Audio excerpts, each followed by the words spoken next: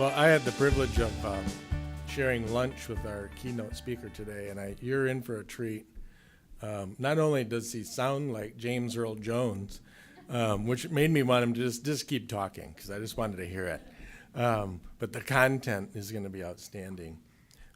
We're pleased to have another one of our business people, kind of a new business in the Grand Rapids market, that made this opportunity available to us today, and that's Epitech out of the Detroit market. And so I'd like to have Tony come up and introduce our speaker today. Tony?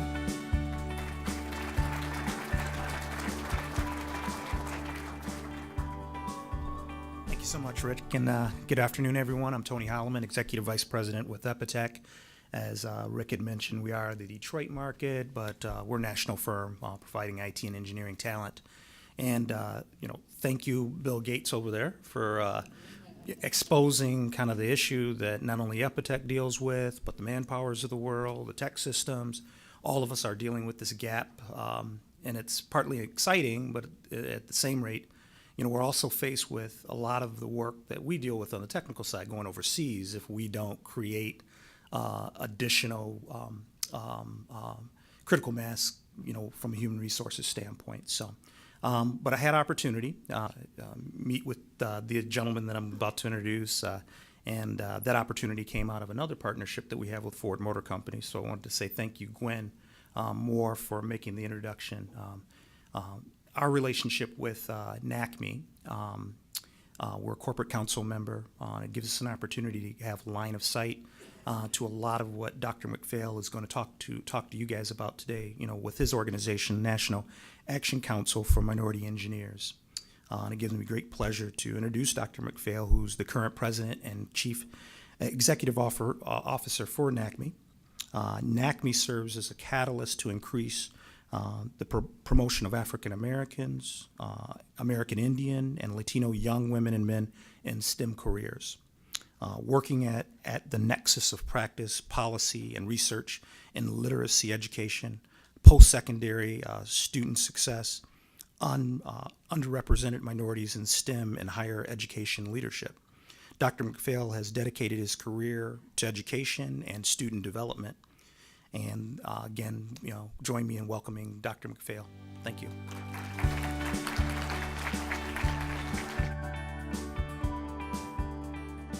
Thank you. Like Bill Gates, I work for an engineering education organization, but I'm not an engineer. So I have to have some help. I'm delighted to be here, delighted to share some perspectives this afternoon on diversity and inclusion through the lens of engineering education and what this means for business and for competitiveness and for all of the issues and concerns that beset our corporate communities. I'd like to, first of all, thank Rick and the leadership of the Chamber for this opportunity to address you this afternoon and to be here to learn a lot about West Michigan, some of the issues and challenges that you're facing, and also to explore with you how there might be some alignment going forward between the issues and concerns that my organization has been focused on for the past 4 decades and more, and some of the business concerns related to engineering and technology here in West Michigan. Also like to thank the sponsors and all of the supporters for this event, and most especially to my new colleague and friend, Tony Holloman, for making this opportunity possible. And as he has mentioned, also to Gwen Moore from Ford Motor Company, who is a member of our board of directors, for introducing NACME to Epitech so that Epitech could introduce NACME to the Chamber. And so we have a lot of synergy that's going on here, and it's very, very effective and very, very important for the work that we're doing.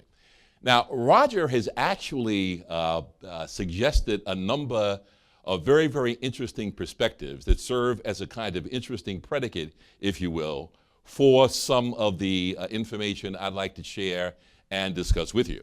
I'm very, very pleased, and one of the things that Roger talked about a lot was the community college. One of the things that I'm very, very proud of is that for 15 years, I served as chancellor or president at 2 very large community colleges, one in Baltimore County and one in St. Louis, Missouri. And so I agree that the community college is not only an important partner with business and with the other components of the education sector, but that the STEM work being done today in community colleges is very, very vital to produce the kinds of talent that Roger talked about, that is needed here in West Michigan and needed throughout the state and throughout the nation. I'm going to focus on another part of that STEM continuum, and that is specifically engineering careers and baccalaureate degree programs and above, and the realities that also exist in our nation to increase substantially the number of young people who choose that particular pathway. I like his notion of pathway, engineering representing yet another dimension of that pathway concept, who choose to go into engineering.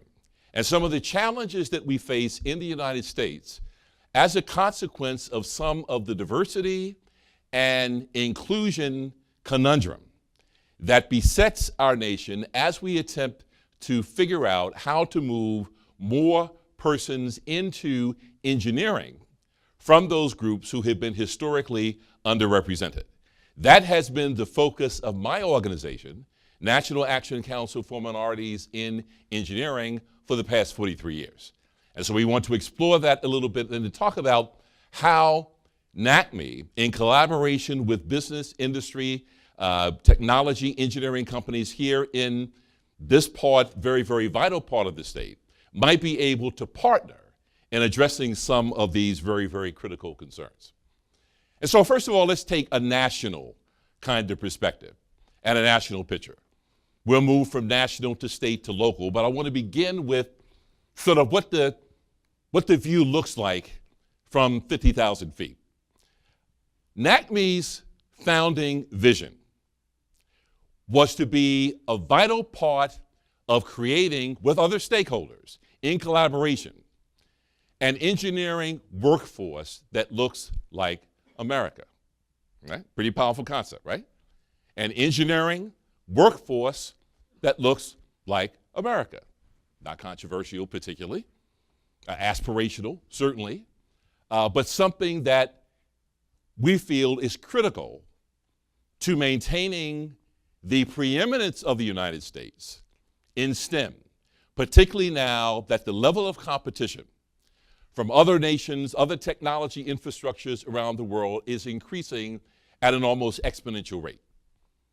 So at NACME, I have been concerned for some time with this notion of proportionality, as well as with the notion of parity.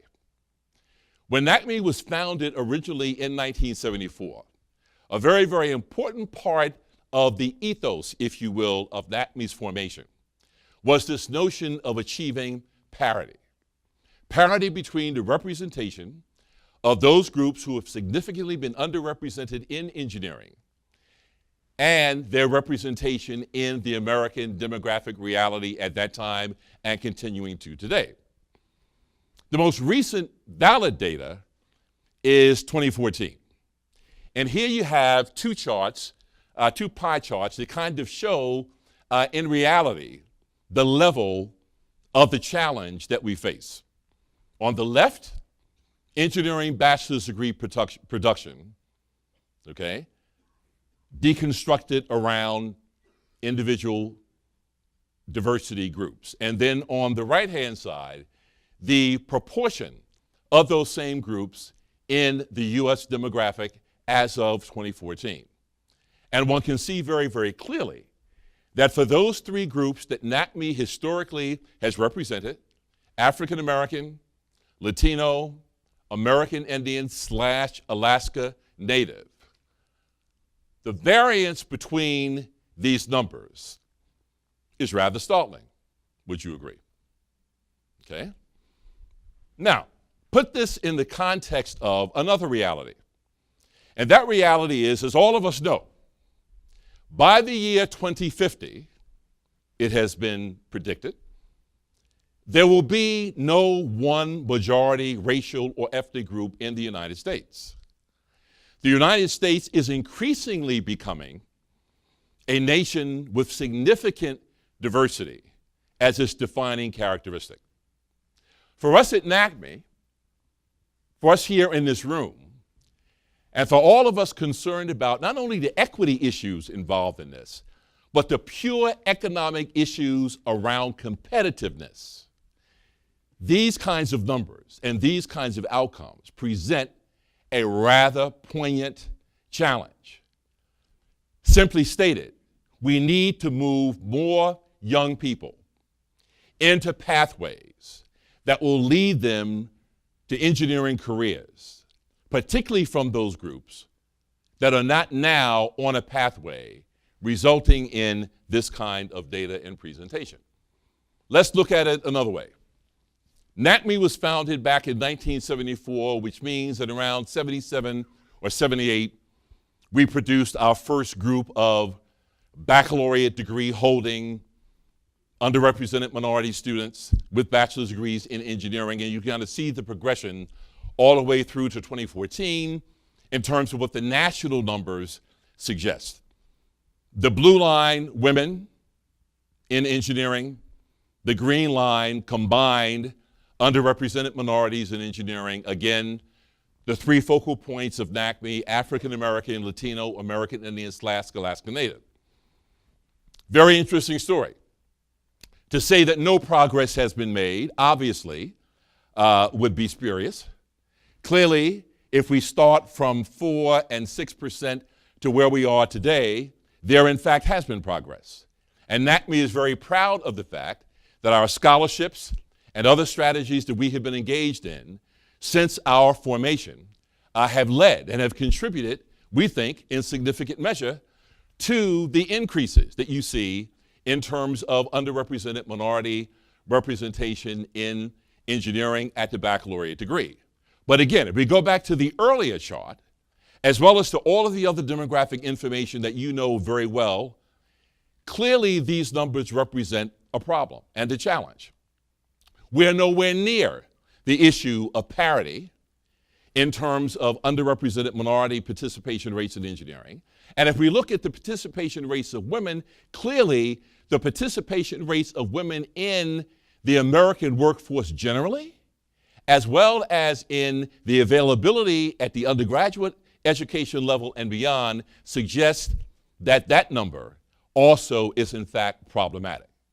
So on both scores, there is significant work that needs to be done. Now let's delve a little bit more deeply. Here we have some ASCE data that kind of looks at each of these groups in some more detail. I think the story here for women in engineering is apparent. I particularly point out that in terms of the workforce comparison, as well as representation in the U.S. population, as well as that rather significant number, 48.8%, in the U.S. college-age population, clearly some significant work to be done. African Americans in engineering, looking across the same matrix, same basic argument and same basic conclusion, both in terms of faculty, workforce representation, all the way down, clearly challenges before our nation in terms of being able to move this particular segment of the population more into a pathway toward engineering degrees. I mentioned that we also support American Indian, Alaska Natives in engineering. Obviously, the numbers there are smaller in terms of the absolute numbers in population, but again, the same basic argument obtains. The notion of a mirror image between participation and population demographic, clearly out of sync. And then the Latino numbers. We talk a lot in our nation about the exponential growth of the Latino population, which is an absolute fact. We talk about that in a number of ways, but if we simply look at that from the perspective of engineering, I mean, even though 21.4% or so Latinos are available for higher education, significant 17.5% representation, at least in 2014, of the U.S. population, even though the engineering workforce number, the faculty number, and the bachelor's degree numbers are all larger than the numbers for African Americans, let us say, or American Indian Alaska Natives, logic would still suggest that we are nowhere near where we need to be, especially given the unique increases in the Latino population in the United States. So if in fact Latinos are going to more actively participate in engineering, education, and careers, clearly there is a lot of work to be done. Now let's go to the state focus, or perhaps more of a local focus. When I have the opportunity to talk to groups and colleagues around the country, I always want to reflect on how the national numbers relate to what is happening locally, what is happening in a more familiar context. And I found these particular numbers to be intriguing. And I thank members of the chamber for sending me this data and research to my research team to try to figure out exactly what we thought was going on here. Well, the interesting thing that's going on, and it has been suggested in Roger's comments and Rick's comments and everything that I've learned since 2 o'clock this morning when I arrived in your great city, is that there's a lot of very interesting things happening in engineering and technology in Western Michigan. Look at how you compare, for example, between 2011 and 2016 with the rest of the nation. Okay, lots of opportunity, lots of challenge, lots of focus on innovation, lots of very, very interesting, exciting things occurring in this part of the world in driving engineering and technology. But I also found another chart, and again, from my colleagues here in the chamber, and this chart suggests, again, something very interesting, something consistent, something that aligns with the earlier national data, and that is with that growth, that rather important growth in the opportunity for jobs in engineering in your part of the world, we are not seeing the participation rates of the groups that NACME again represents, African American, Latino, American Indian / Alaska Native. Those numbers are in fact very, very small. So the challenge then is, as the American demographic reality is changing, so will the demographic reality in Michigan, so will the demographic reality in West Michigan. The question then is, how do we bridge the gap between the current reality and the reality we know must exist if in fact your companies, your global, local engineering and technology companies are going to be able to source the talent that they need in order to remain globally competitive. Okay, now, why is any of this important to begin with? And I know that everyone in this room, by virtue of your participation in this conference, your interest in talent, your understanding of what it takes to develop and to grow and to enhance and to develop talent, fully understands that diversity is an asset. We have now lots of data and information to substantiate and to validate the importance of diverse teams, for example, outperforming homogeneous teams, how diverse opinions drives a greater degree of innovation. I mean, the research, the data is there. I was thinking, for example, about the McKinsey Group. You've all seen their work. Catalyst.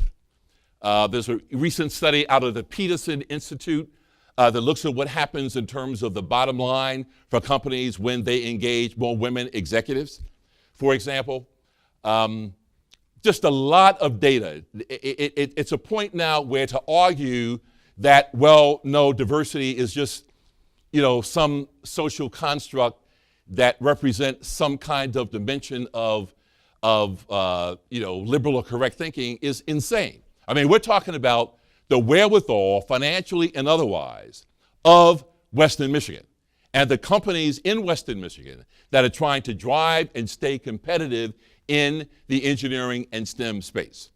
We know that diversity, without it, a loss of talent, and we certainly know that in terms of economic growth and global competitiveness, it is in fact an important thing to do. Now, how then might my organization work with the chamber, work with Roger, work with the corporations that are represented in this room in addressing some of the very issues that these data charts present?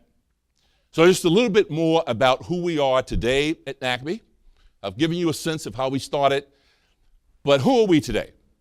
Today we are an organization that is focused like a laser on exactly what this summit is focused on, and that is the development of talent. In fact, in our new strategic plan, the theme of our new strategic plan is college to career.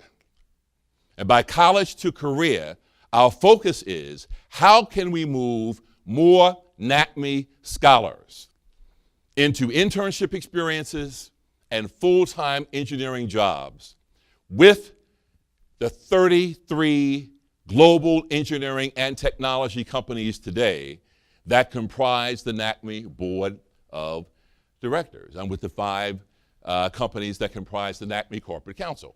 How can we do that? So, scholarships remains the primary KRA for NACME, okay? I have some numbers on the next chart, you'll see that, but we are a major provider of undergraduate scholarships for underrepresented minority students pursuing bachelor's degrees in engineering. We work with a network of 48 universities around the United States. These are universities that have made a particular commitment to grow the diversity of their undergraduate engineering classes and to work with NACME collaboratively to implement best practice and to make use of the financial resources that for about half of those universities, NACME makes available to recruit, enroll, educate, retain, and graduate increasing numbers of underrepresented minority students. Here in the state of Michigan, we have the University of Michigan is among the 48. Michigan Tech is among the 48. We just admitted Wayne State University, now among the 48. There's only one university missing, right? The university right here in your hometown. So hopefully, we're going to have some time tonight at dinner with the Dean of Engineering at your local university, and hopefully we're going to be able to convince your local university Dean of Engineering that indeed he wishes to become a part of this national network of 48 universities. Now, these universities are also significant for another reason. Annually, think about this now, annually, this network of 48 universities produces anywhere from 30 to 32% of the total number of bachelor's degrees earned by underrepresented minorities in all of the disciplines in engineering. This is a very, very unique group of engineering universities that have joined forces with NACME, with the support of our corporate partners like Ford Motor Company and Epithet, in driving this initiative. Career Center.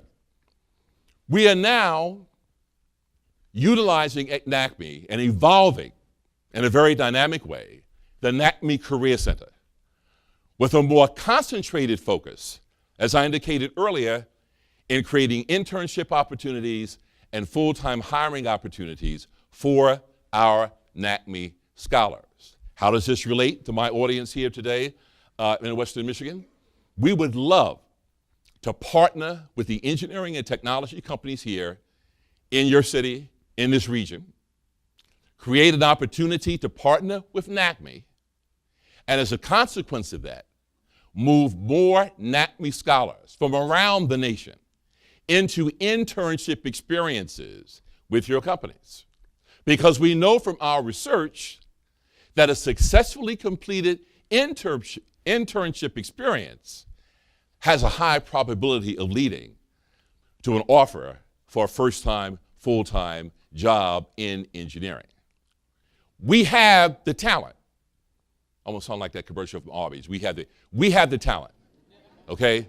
We have the talent. Great. What do you mean we have the talent? Our NACME scholars, 1,300 of whom or so we support every year, 3.3 grade point average on a 4.0 scale, 79.2% 6-year graduation rate. And I challenge you to compare 79.2% against the 6-year retention rates of engineers generally, and specifically against the 6-year retention rate of minority engineers who are not a part of the NACME Scholar Program. Again, we are a group of engineers. We're an engineering education organization. Every number I give you is valid. Every number I give you can be verified and validated. We have good talent. And what we want to do is to make that talent available to help drive innovation, excellence, diversity, and inclusion in your companies so that you can have the benefit that derives from that commitment. Here are some of the numbers. I've talked about some of these. We've given a lot of money away. We've helped a lot of kids become engineers. Annually, we're supporting about $5.5 million in scholarships. Over our 43 years, we've been engaged with 160 colleges and universities. But today, again, our national partner university network consists of 48 institutions. Now, best practices. What have we learned? As you can imagine, 43 years of being the lead organization engaged in producing diversity and inclusion in engineering has put us in a position to do a lot of research, a lot of program evaluation, and to learn a lot about what really does it take to produce successfully a minority engineer. Let's first of all look at some general characteristics that come out of just a generic study from National Science Foundation. Financial support, very, very important. NACME is providing that. Professional support, social support, on down the line.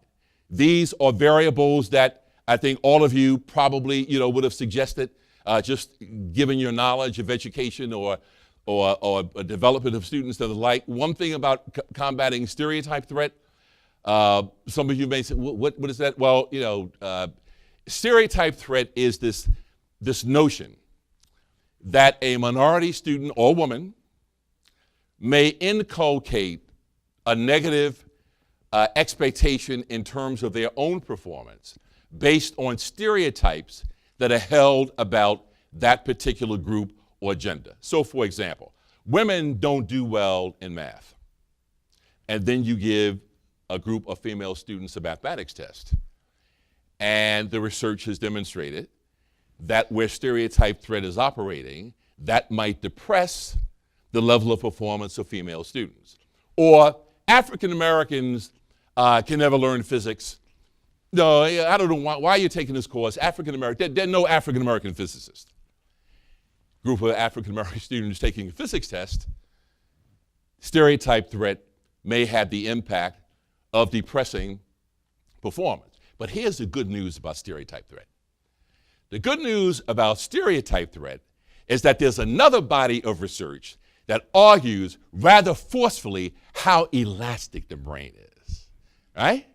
How if you put something into the brain, if you provide experiences for students, doesn't make any difference if they're female, African American, Latino, American Indian, or Alaska Native. Give them the opportunity, use this information to help shape curriculum, and any student can learn anything. So whereas stereotype threat may be an issue or concern, there are things that our universities and that all of us can do to make certain that it does not become a debilitating factor for our students. So I put that there because I would be remiss giving you the research if I didn't include it. My argument is we have students every day who defy whatever might be the debilitating impact of stereotype threat. Now to our study, to our own NACME study. We recently received a 3-year grant from the National Science Foundation. We wanted to go into the universities, a subset of them, that educate our NACME scholars and find out, well, how is it that our NACME scholars are able to achieve those GPAs, are able to achieve those retention rates, are able to literally blow the ceiling off of academic achievement in engineering education, which ain't easy. Engineering education, excuse the ain't. Here's what we found. Factors that were identified by the students: math, obviously, a love of math, skill in math, problem-solving ability, all of it. I want to come back to psychological resilience. And then for the institutions, A lot of work that's been verified, a lot of research, Yuri Treisman stuff out at Berkeley. We know the study groups, group work, all of that works, and then the hands-on experience. Internships, working, okay, 5 minutes, got it. Hands-on experience, sort of project-based learning, problem-based learning. Let me come back to psychological resilience. This popped up in the factor analysis. It's a kind of strange kind of finding. I mean, we sat there, we tried to figure out, we didn't know quite what to do with this. So we gave it the label psychological resilience. But the more we thought about it, what it really means is these are kids who just would not give up. You put whatever roadblock or barrier in front of them that you want. You know what their attitude was? I came here to be an engineer. I'm going to graduate as an engineer. So all of the things that we think that get in the way, yes, they shouldn't be there, but psychological resilience proved itself to be a statistically significant factor in our analysis for the success of our students. Okay? Actually, I was almost at the end. So that's it. Again, she says 5 minutes, and I'm like, oh, I thought I was near there. Again, my message, I'm happy to be here. Again, with only 4 hours of sleep, no problem. I'm energized by this group. I'm energized by the lunch, energized by the conversation, by the questions, by the commitment that West Michigan has to adding to all of the other excellence that was talked about by Roger and Rick and everyone else in terms of the data. Adding to that a firm commitment to growing diversity and inclusion in your global engineering and technology enterprise. The data clearly would suggest that doing so would take West Michigan to an even higher level of accomplishment than it is today. But at the same time, we'll hope to drive a firm commitment to U.S. competitiveness, which is needed now perhaps more than ever. NACME wants to be your partner in getting there. Let's please have some dialogue at some point about how we can join forces and make that happen. Thank you.